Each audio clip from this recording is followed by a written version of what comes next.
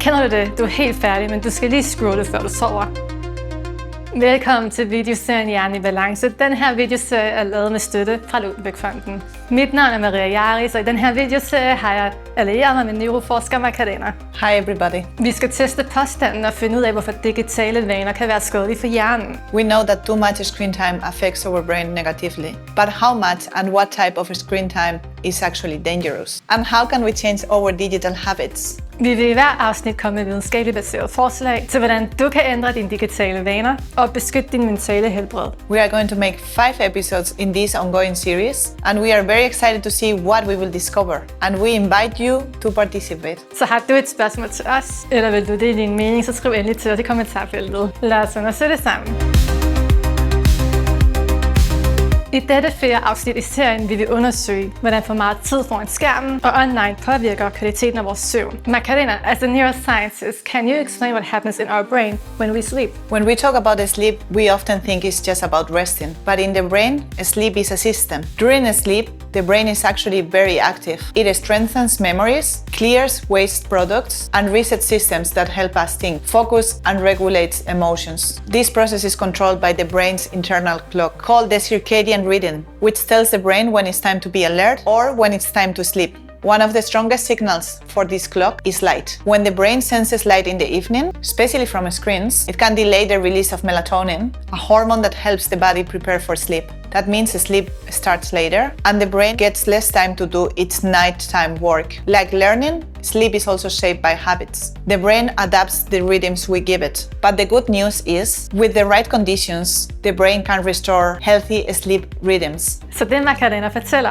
er, at søvn ikke bare er hvile, men et aktivt system i hjernen, der styrker minder, renser ud og genstarter evnen til at fokusere og regulere følelser. Dette proces styres af hjernens indre ur, som fortæller kroppen, når den skal være vågen eller sove. Lys fra skærme om aftenen er et stærkt signal, der forsinker frigivelsen af søvnhormonet melatonin, hvilket medfører, at søvn starter senere, og hjernen får mindre tid til sit vigtige natarbejde. Da søvn er formet af vaner, tilpasser hjernen sig de rytmer, vi giver den. Men under de rette betingelser kan man genoprette en sund og naturlig søvnrytme. To get a better and deeper explanation, we talk with an expert neuroscientist in this field.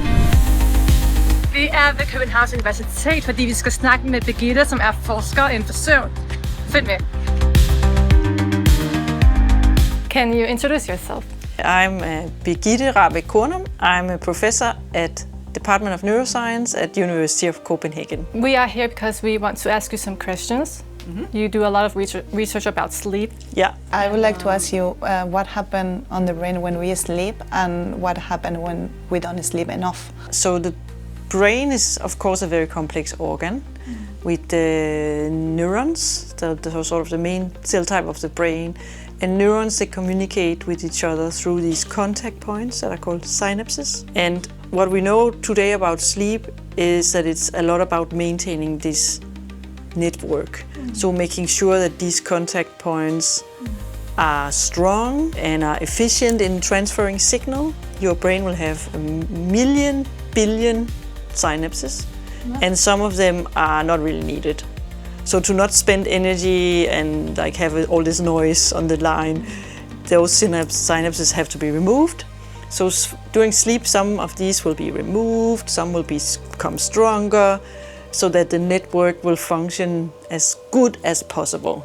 So next day, when you need to respond in an appropriate manner to something, you have a good brain to do the right thing at the right moment. So that's why it's important to get enough sleep before an exam or before a presentation, for example. Yeah, if you're trying to learn something, sleep is incredibly important, but also for regulating your mood, to be able to respond in a proper manner. If you want to have good friendships, you need sleep so that you can be with people in a good way and be decent. And one thing that has been shown to be lost if you sleep too little is the ability to read people's feelings in their facial expression. Becomes more difficult if you don't sleep enough, because it's a little bit difficult for a human being to understand what's in your head. And you need to have a good, well-functioning brain to really be able to do that and read other people's emotions. When we sleep, we're usually like most of us, we do it around 8 hours per day. Is that what we necessarily need? Yeah, so the individual need for sleep is for adults between 7 and 9 hours. It varies from day to day. It doesn't have to be exactly the same every day, and it also changes throughout life. When you are young, you need more sleep, and then with time you will need a little bit less when you get older. Between men and women, on average, it looks like women do need a little bit more sleep, maybe 20 minutes. Okay. So some women still can do it only 7 hours, some need 9, and the same for men. There's also a lot of variation. What about, you mentioned the young people needing more sleep. Why is that the case? It's not known exactly why young people need more sleep, but it's probably due to brain development. The brain keeps developing until you are in your early 20s. And when the brain is developing, you need more sleep to keep everything like functioning well. And then after you are kind of done with that, in your early 20s, your sleep need will be stable for a long time. And then when you get older, you might end in a situation where maybe you learn less, you experience less new stuff, and you will probably sleep a little bit less when you are above, I would say, 65 or maybe even later.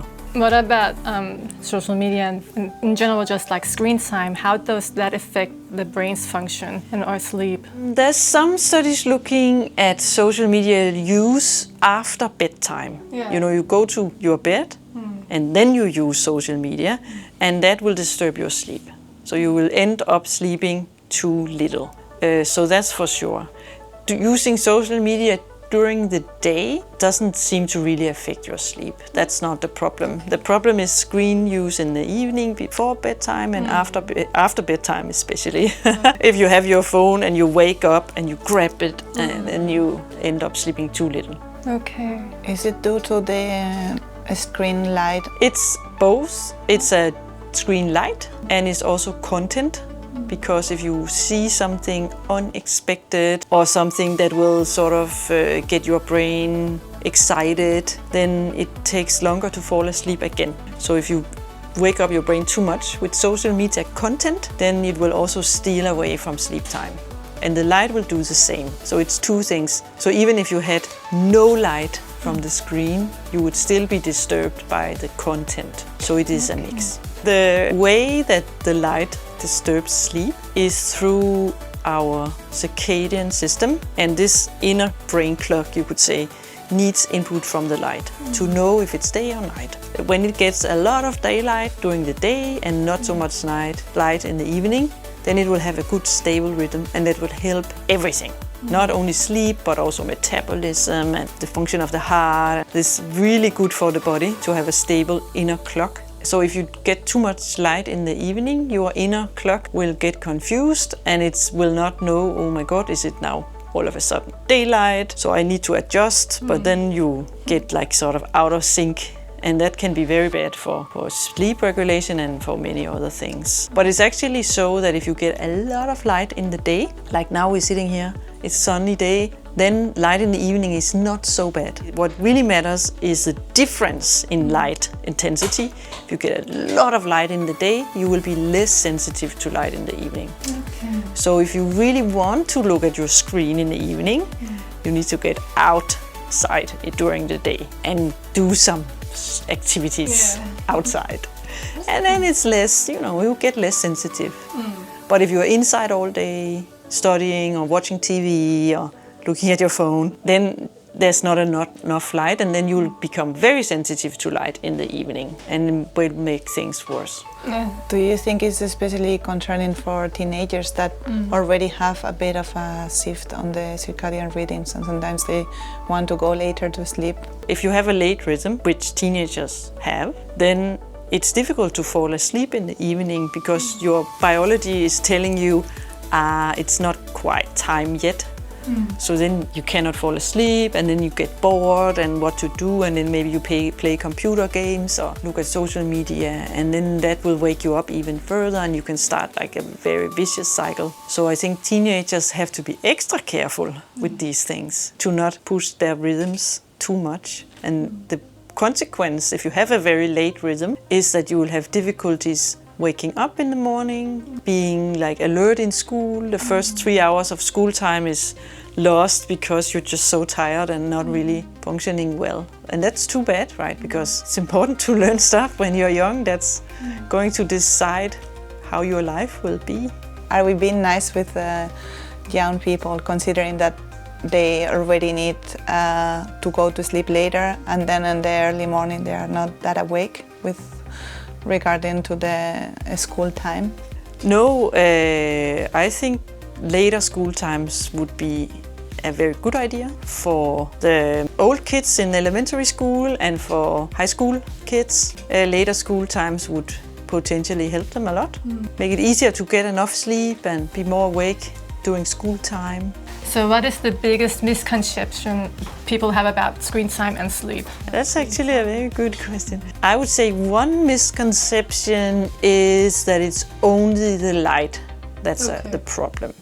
It really also is the content. And scrolling social media is worse than other types of content because it creates this sort of excitement and the brain is very much on alert. You don't know what's coming next, so you're like extra hyped, and it's also designed to keep you engaged. So it's really designed to boost your wakefulness. Then what will be the best time of the day to look at the screen? And if you have to do a little bit of scrolling, because I guess we all do. There's actually some studies showing that this was done in elite swimmers. If they looked at their screen before training, then they would get less benefit from the training than if they didn't look at social media. The idea is that social media is so engaging that it actually wears out the brain a little bit. You're a little bit fatigued, not really sleepy, but the brain is just... And then you feel a little bit sorry for yourself after watching 20 minutes social media. So then you will push yourself less hard. And when it gets hard, you swim and you're like, oh no, I cannot do it more. And if you have been looking at social media, you will give up faster. And that's been shown with real numbers. So social media makes the brain a little bit sorry for itself, and then you will get less out of the day. So I think they made a rule for some swimmers that, you know, they couldn't look at screen before training. So they could only use it a few hours in the afternoon, and that really worked super well. So I would recommend finding afternoon, I would say, time slot. Because how I say it now, we have been discussing about this.